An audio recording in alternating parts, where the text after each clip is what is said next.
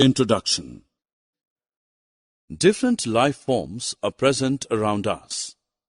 Plants, insects, animals, and of course, the human beings.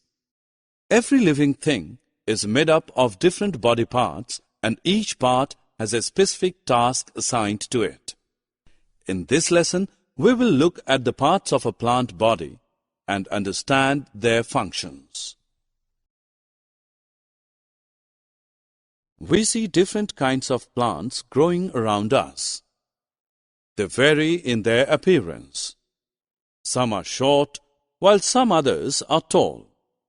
Some are tender, whereas some others are hard. In fact, plants can be classified into three categories as herbs, shrubs, or trees based on their characteristics. Let us begin our discussion with plant roots. Root is the underground non-green part of a plant body. Roots absorb water and minerals from the soil, which are crucial for the survival of a plant. They also attach a plant to the soil for its entire life. Let us perform an activity to demonstrate the importance of roots in the life of a plant. Take two plants, A and B. Cut off the roots of plant B. Plant both the plants A and B in the soil and water them every day. After a few days, plant A appears as healthy as it was on the first day, whereas plant B appears wilted. This proves that roots absorb water and minerals from the soil and transport them to the other parts of the plant. Now try pulling the two plants out from the soil. Plant A is firmly attached to the soil because of its roots, so it is difficult to pull it out. However, plant B, that has no roots, comes out easily. This shows the roots anchor plants firmly in the soil.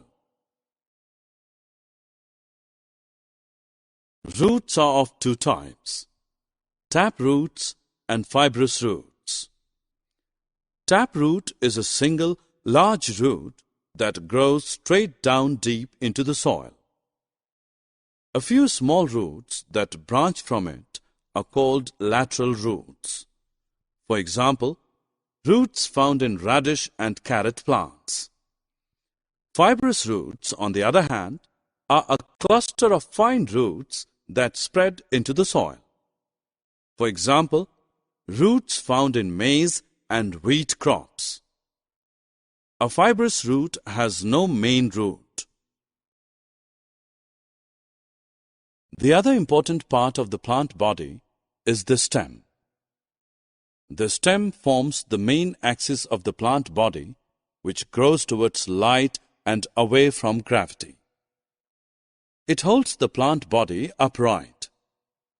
It bears leaves, flowers, and fruits and exposes them to sunlight and air. The stem is divided into nodes and internodes.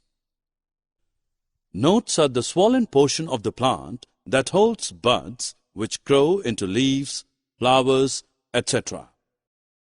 Internodes, on the other hand, are the stretches between two nodes. Roots, as you learned, absorb water and minerals from the soil. How does the water and minerals absorbed by the roots reach the rest of the plant body? Yes, through the stem. The stem conducts them to the leaves and other parts of the plant. It also supports the plant, enabling it to stand erect. Besides, it exposes its leaves to the sunlight. Let us perform an activity to demonstrate that stem conducts water. Take a balsam plant with roots. Put it in a pot containing colored liquid. After a while you will observe the same color in the stem, leaves, etc. of the plant. This proves that stem conducts water from the roots to the other parts of the plant body. Summary. Let us summarize what we have learned.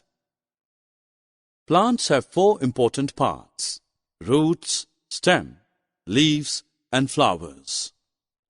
Roots absorb water and minerals from the soil and anchor the plant firmly in the soil.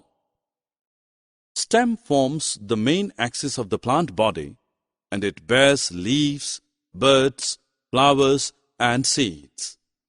The stem conducts water and minerals dissolved in it from the roots to the rest of the plant body.